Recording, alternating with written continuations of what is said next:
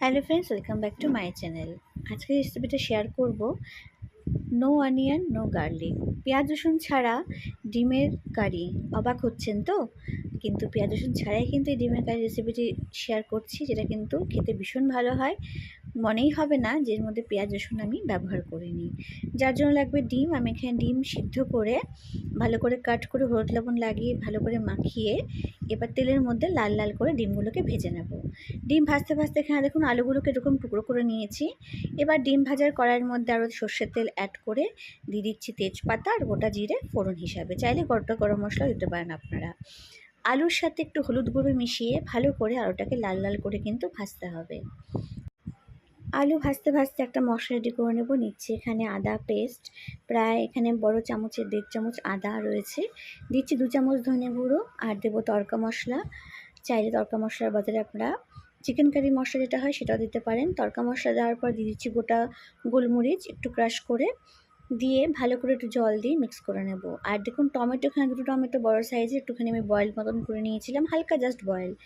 আর ওটা কিন্তু লাল লাল করে প্রায় ভাজা হয়ে গেছে। এবার হালকা বয়েল করা টমেটোটা আমি এখানে দিয়ে দিচ্ছি। চাইলে আপনার টমেটোর পিউরিও করে দিতে পারেন, কিন্তু আমি এভাবেই দিচ্ছি। এইভাবেও দিয়ে রান্না করতে পারেন। দিচ্ছি হলুদ গুঁড়ো একটু আর লবণ হচ্ছে স্বাদ মতন, দিয়ে টমেটোটা মেল্ট হওয়া অবধি কিন্তু ভালো করে এটাকে করতে হবে। দেখুন টমেটোটা মেল্ট হয়ে গেছে, ডিমগুলোও ভাজা হয়ে গেছে, ওদিকে দেখিয়ে দিলাম। এবার দিয়ে দিচ্ছি এখানে আদা, ধনে গুঁড়ো, গোলমরিচ আর তড়কা মশলাটা দিয়ে ভালো করে মশলাটা কিন্তু এবার কষিয়ে নেব। দেখুন মশলাটা কিন্তু ভালো করে কষানো প্রায় হয়েই এসছে।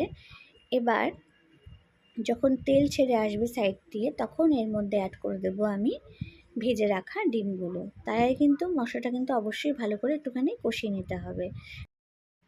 ডিমগুলো দিয়ে এর মধ্যে আমি আরও 3-4 মিনিট ভালো করে কুক করে নেব। তাতে কি হবে, ডিমের মধ্যেও কিন্তু খুব সুন্দর একটা ফ্লেভার চলে আসবে। এবার কাঁচা লঙ্কাও অ্যাড করেছি এর মধ্যে, অল্প কাঁচা লঙ্কা বাটাও দিয়েছিলাম, এটা আমি আপনাদেরকে বলতে সেটা আগে স্কিপ হয়ে গেছে ভিডিওটা।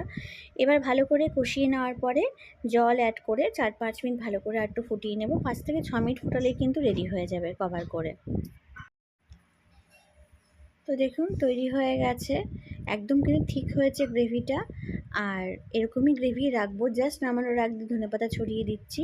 ধনেপাতা দিয়ে সার্ভ করলে কিন্তু এটা ভীষণই ভালো লাগবে। তো সকলকেই আমি বলবো অবশ্যই পেঁয়াজ রসুন ছাড়া এইভাবে একবার ট্রাই করবেন।